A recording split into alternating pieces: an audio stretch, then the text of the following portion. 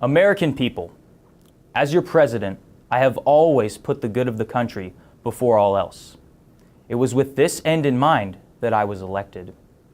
This is not always easy to do, though, because on occasion I have had to make a difficult decision that not many have liked, but it was for the good of the majority.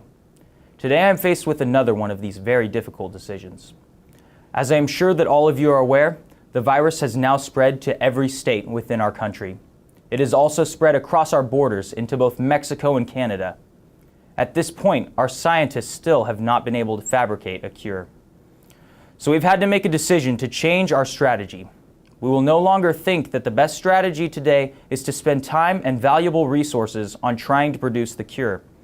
We also think that the containment at this point is impossible with the resources that we have been given.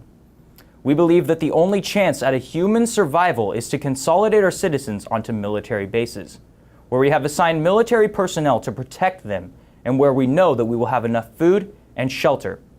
We believe that by barricading ourselves on these military bases, we can wait out the spread of the infection and fighting the zombies from the safety of these bases until all of them are exterminated, and then we will release our citizens back to their homes.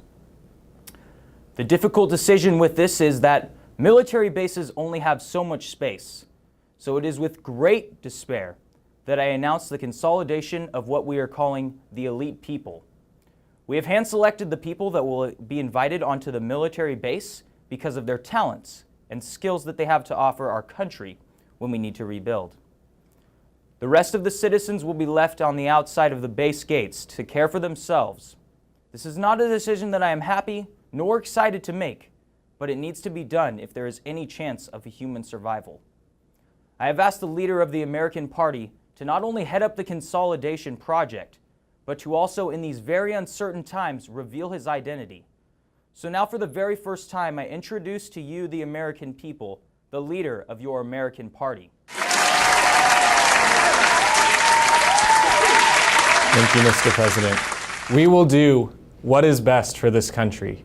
I hope that you can all understand that in the event of your death, you die for a greater good, the survival of the American people and their party.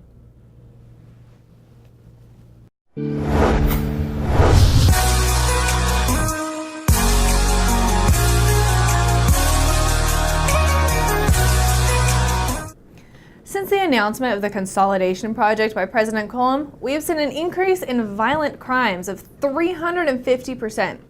We have also seen looting and survival gang violence on the rise.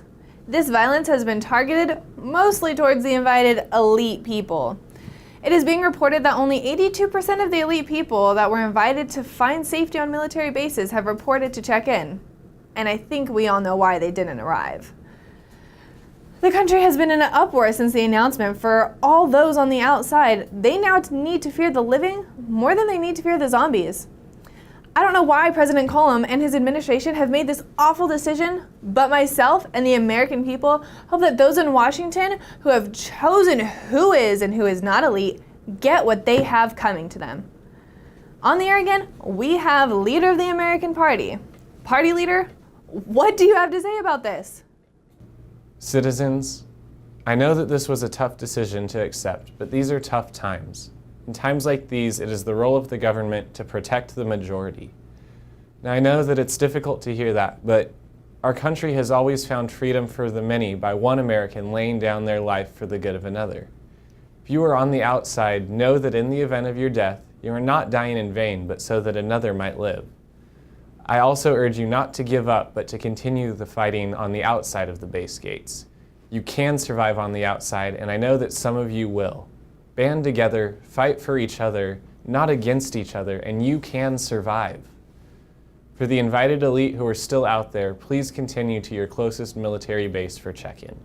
I ask that the non-elite please let them pass, for they are the future of our country.